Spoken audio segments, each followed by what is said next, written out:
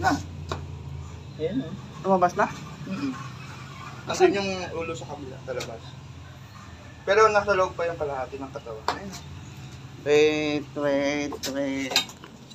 Andun nga sa kabila yung Ulo. Ulo lang pala yung nasa labas. ulo lang. Ipaharap natin doon. Ulihin mo na yung ulo. Ayoko. Wait lang. Nandiyan na, palabas na siya.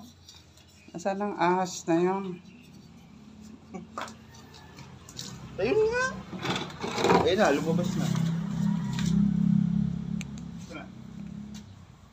Maliit lang kasi yan. Yan. Ahas. Hindi natin Lumabas papatayin. na. Huwag na lang. Tatago yan dito. Pero teka muna ang ulo niya. Triangle ba? Parang triangle eh. Ahas tulog nga yan. Common Ahas wolf tulog. snake. Saan siya pupunta? Doon siya papuntahin. Huwag dito. Doon banda. Mataba siya, ang dami niyang pagkain. Kaya nga. Ayun na, maatake na siya.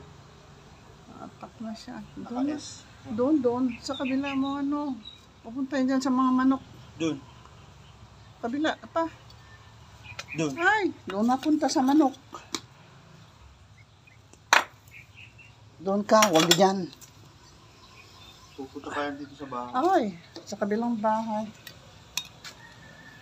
Yung mama kasi. Oh!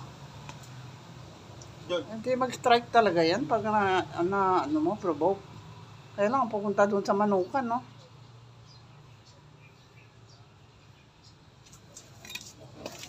Oh, wala na. Sana siya. Sabi mo kasi pakawalan. Kaya nga, hindi naman kasi sa harmful snake. Ahas tulog.